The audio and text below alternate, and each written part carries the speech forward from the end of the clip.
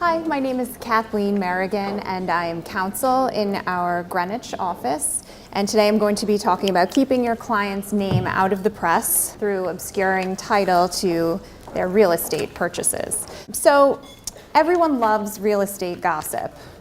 I don't think I'm alone in that. Whether it's looking at pictures of Taylor Swift's latest mansion purchase or Oprah's palatial estate. Anne Hathaway bought a house here in Westport very recently on the pages of the New York Post. Even to just wondering what your neighbor sold his house for and what he paid for the house down the street that he moved into. It's just something that we're all naturally curious about. But it's not just in the New York Post. Even your local town newspaper can have the recent real estate transactions column that shows who bought, who sold, the address, and what they paid for it. So what do we do when our client is the high-profile name or just wants to keep their name out of the New York Post or just that local real estate column? So as an example today, I'm going to talk about my hypothetical client, Bobby. So my client, Bobby, is a billionaire hedge fund manager. He has his eye on a gorgeous Greenwich house that is right on the water, it's close to his office, and it's selling for about $30 million. Bobby does not want to see his name or his new address anywhere near the New York Post or even in the local paper. He wants to do this confidentially. So Bobby gathers his team of trusted advisors together, and luckily I'm in this circle of trust, and he's told us that his number one priority is privacy. He wants to know how he can purchase this house and achieve this goal, and I'm going to share with you some of the legal and practical advice that we gave him. Okay, now for those of you who might know Bobby, you know that not only is he a celebrity interest, but he also has regulators and investors who are watching his every move. They want to know how every dollar of his is being spent. So first I need to make sure that Bobby is aware that just by its very nature, real estate transactions are public information. Whenever title to real estate is transferred, a deed is recorded on the land records, a mortgage if there is a mortgage, it will be recorded on the land records, and this information is publicly available. So all of this serves as notice to the public. The title to the real estate has been transferred. And this information is pretty easy to find. Even just a quick Google search, if you put in someone's name and the town that they live in, then you're going to come up with probably the house that they purchased and what they paid for it. If you look on the land records, a lot of towns locally have the land records available online. You can find that information. So it's all about keeping Bobby's name off the title to the house. So how are we going to do this? The first and probably the best option for accomplishing this is to have Bobby put the house into an LLC, a limited liability company.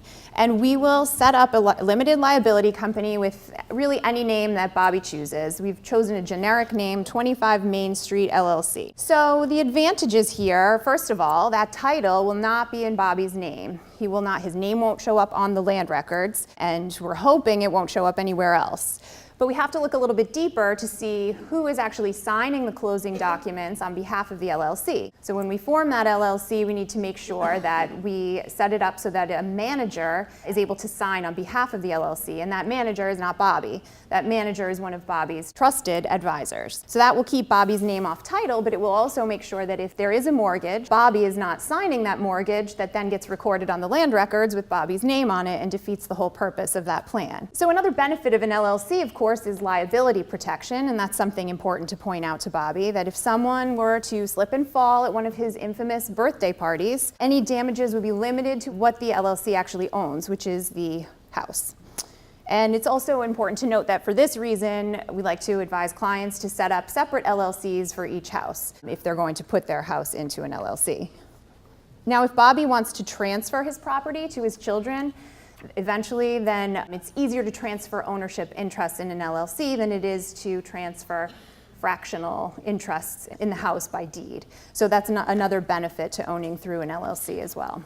So there are also some drawbacks to setting up the LLC or to having your property in an LLC, but I think they tend to be outweighed by the benefits. First, there are some additional costs in the setup of the LLC. There are some attorney's fees in putting together the formation documents and setting everything up so that the LLC is up and running. Those Costs are pretty nominal in terms of a $30 million purchase, but it's always worth noting. And the administration of the LLC, there is some administration work involved in setting it up, and there are annual filings, and then there are corporate registration fees upon setting it up. It's also important to note, I mentioned before about transferring ownership interests in the LLC. So in Connecticut, there is a controlling interest transfer tax, so that if there's an LLC that owns real estate, and a controlling interest in that LLC is transferred, then that would be subject to a transfer tax. So even though the title on the property stays the same, it stays 25 Main Street LLC, if the underlying controlling interest is transferred, it's subject to 1.1% of the value of that real estate tax. There may be some issues with maintaining the capital gains tax exclusion if the LLC has more than one owner.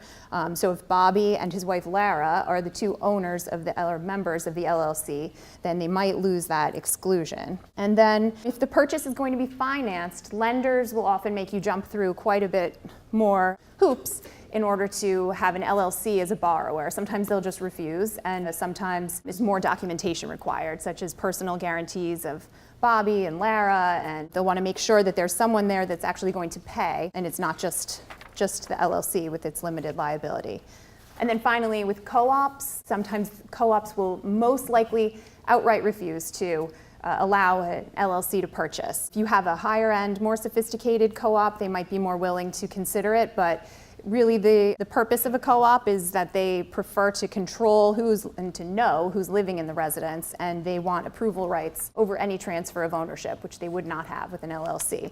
So that can be a drawback as well. So Bobby's wife then pipes in and says that she heard it's better to purchase through a trust. So she asks us about that. That is another option, to purchase through a simple trust. We could set up a simple trust, 25 Main Street Trust, we'll say in this instance. So here the purchaser would be the grantor of the trust. So this would still allow the privacy concern, it would take care of those privacy concerns because the property owner is the grantor of the trust, but the trustee of the trust is signing all of the closing documents, and that trustee could be another trusted advisor. So Bobby's name would still stay off of the closing documents. Another benefit of this is that it's relatively simple to form, and there aren't the same maintenance issues that there are with the LLC. Some of the drawbacks here are that finding a trustee to serve in this role, there can be some liability issues for a trustee because a trust doesn't offer the same liability protections as the LLC does. And a trustee might be personally liable beyond the assets of the trust. So none of Bobby's advisors are excited to take on that liability. So we want to make sure that if we do set this up, that the trust document is very specific about limiting that liability of the trustee and clearly states that Bobby and Lara are responsible for the real estate taxes, any mortgage payments, and anything like that, any costs of home ownership, and that it's not the trustee's responsibility whatsoever. And then again, another drawback is just if you have financing, if you're financing the purchase, a lender might just require some additional documentation in order to get a personal guarantee and in order to make that loan to a trust as a borrower. Okay, so Bobby says, mortgages are for losers, I'm not getting a loan, I'm buying this $30 million house, all cash, put it in an LLC, let's get it done tomorrow. So one thing just to remind Bobby about, and it actually would not apply to a house in Greenwich, but it would apply if he was buying an apartment in Manhattan. And this is the geographic targeting orders that were put in place by the Financial Crimes Enforcement Network. So this is an effort to avoid or combat money laundering with high-end luxury residential purchases.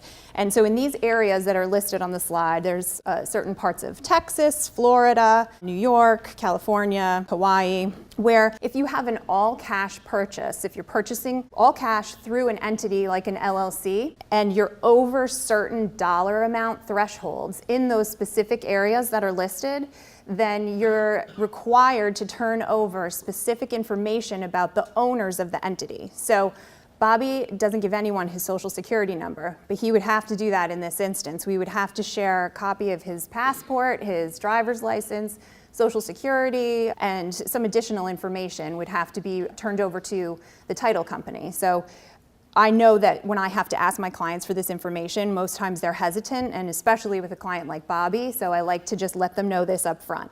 And while this does not apply in Fairfield County right now, each year, since they've enacted these regulations and these targeting orders, they've extended them. They just added Honolulu in the last year. I would not be surprised if Fairfield County or certain areas in Fairfield County are added to this in the near future.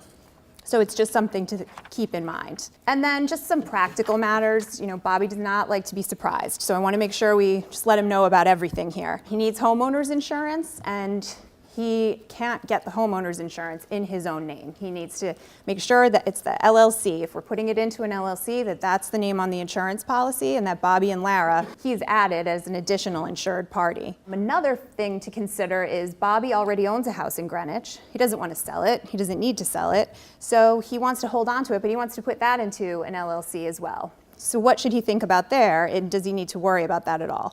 So we want to let's do all of this at the same time, but he should let his lender know he does have a mortgage on this other Greenwich house, and he should let his lender know that he's about to put it into an LLC. Most mortgages actually have in their terms that any transfer of interest in the property or in an entity that's holding the property triggers the due on sale clause, so that all of the payments would be accelerated and would be due immediately upon that transfer.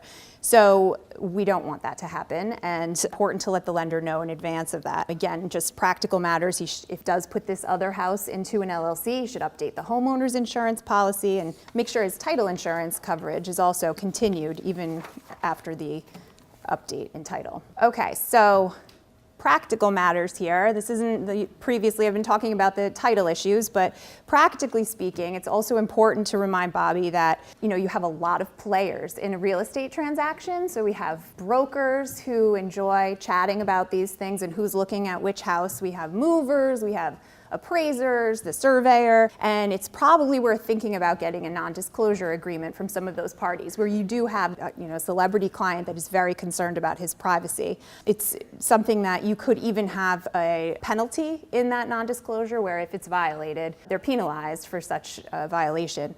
I don't know if that would be enforceable, but it would probably deter a lot of people from talking if they're not supposed to be talking. And then just to have a plan for dealing with the media. If you get calls from the press, who's taking those calls, and do we all have the same plan on what our response is and who the calls are being funneled to? It's important just to have that in place if you anticipate having any response like that. And then finally, there are properties that we would consider trophy properties. There's a lot of buzz about them when they go on the market. It could be because of who's selling them. If there's, Steven Spielberg is selling his house, then everyone's looking at who's actually going to buy it. If you have a client that wants to keep a low profile, really, he should be staying away from those properties. It's not smart to be visiting them when everyone's looking. And then again, common sense probably, but it happens all the time. We've gone to all this trouble to set up an LLC, taking care to make sure that everything is done properly, and then Lara puts the name and address on the PTA directory, and that was that. That's emailed around, and it's in the New York Post within weeks, days. So